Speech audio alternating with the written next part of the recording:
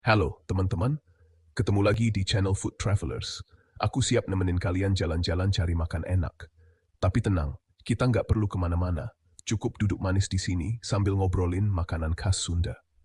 Di video kali ini, kita akan menjelajahi kelezatan kuliner Sunda dengan melihat 5 makanan khasnya dan cerita di baliknya.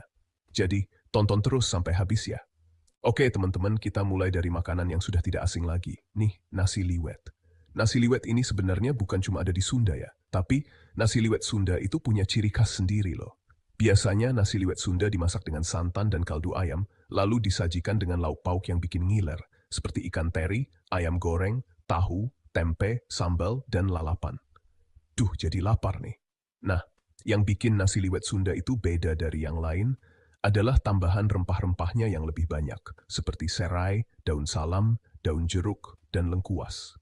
Jadi, aromanya itu loh, harum banget. Bikin ngiler dan pengen nambah terus. Kata orang Sunda sih, nasi liwet itu ngenyangin sekaligus menghangatkan hati. Nasi liwet ini biasanya disajikan saat ada acara-acara besar atau arisan keluarga gitu deh.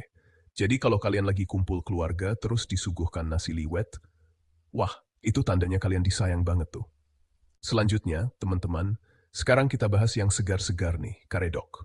Buat kalian yang suka sayur, wajib banget cobain karedok ini. Karedok itu seperti salad khas Sunda yang terbuat dari sayuran mentah, seperti mentimun, tauge, kol, kacang panjang, dan terong. Nah, sayuran-sayuran ini dipotong kecil-kecil, lalu disiram dengan bumbu kacang yang super gurih. Kebayangkan gimana segarnya makan karedok di siang hari bolong. Apalagi kalau ditambah kerupuk dan sambal, duh mantap jiwa. Ngomongin soal sejarahnya, ternyata karedok ini sudah ada sejak zaman kerajaan Pajajaran loh teman-teman. Keren ya? Karedok ini juga jadi bukti kalau orang Sunda itu suka banget sama makanan sehat. Bayangin, dari dulu mereka sudah terbiasa makan sayuran segar. Nggak heran deh kalau orang Sunda itu banyak yang awet muda dan sehat-sehat. Nah, sekarang kita beralih ke makanan yang satu ini, sate marangi. Siapa sih yang nggak kenal sate? Makanan yang satu ini memang sudah jadi favorit banyak orang, termasuk aku sendiri.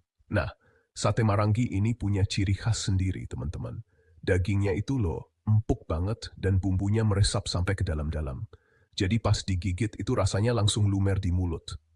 Sate marangi ini asalnya dari Purwakarta, Jawa Barat. Konon katanya, sate ini awalnya dibawa oleh para pedagang Tionghoa yang menetap di daerah tersebut. Kemudian, oleh orang Sunda, resepnya dimodifikasi dengan menambahkan bumbu-bumbu khas Sunda deh. Keren banget ya, bagaimana perpaduan budaya bisa menghasilkan makanan selezat ini. Biasanya, sate marangi disajikan dengan nasi timbel atau lontong, lalu ditambah sambal tomat yang pedas dan acar yang segar. Waduh, ngebayanginnya saja sudah bikin ngiler nih. Kalau kalian lagi jalan-jalan ke Purwakarta, jangan lupa mampir buat cobain sate marangi ya. Oke teman-teman, sekarang kita bahas makanan yang lagi terkenal banget, nih, seblak. Siapa di sini yang suka banget sama makanan pedas? Kalau iya, kalian wajib banget cobain seblak ini deh.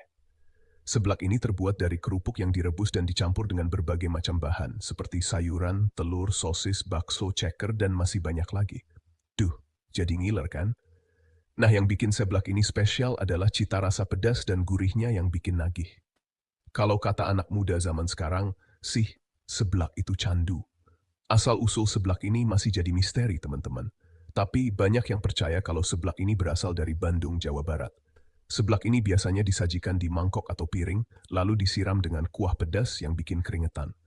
Kalau kalian suka pedas, bisa request level kepedasannya loh. Mulai dari level ecek-ecek sampai level ekstrem.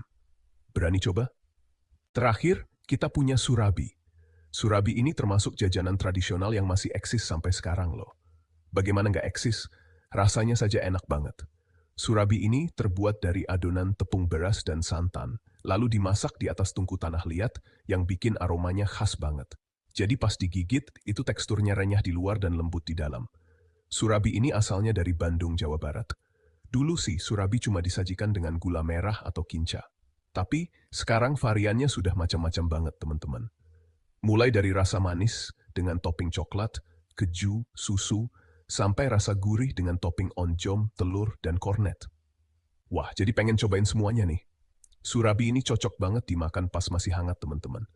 Apalagi kalau ditemani secangkir teh manis hangat, duh, nikmatnya kebangetan. Kalau kalian lagi jalan-jalan ke Bandung, jangan lupa cobain surabi ya. Jadi itu dia 5 makanan khas Sunda beserta asal-usulnya. Bagaimana teman-teman? Sudah pada ngiler belum nih? Makanan-makanan ini tidak hanya lezat, tapi juga kaya akan sejarah dan budaya. Kalau kalian punya rekomendasi makanan lain yang harus kami coba, tulis di kolom komentar ya. Jangan lupa like dan komen untuk konten menarik lainnya. Sampai jumpa di video berikutnya.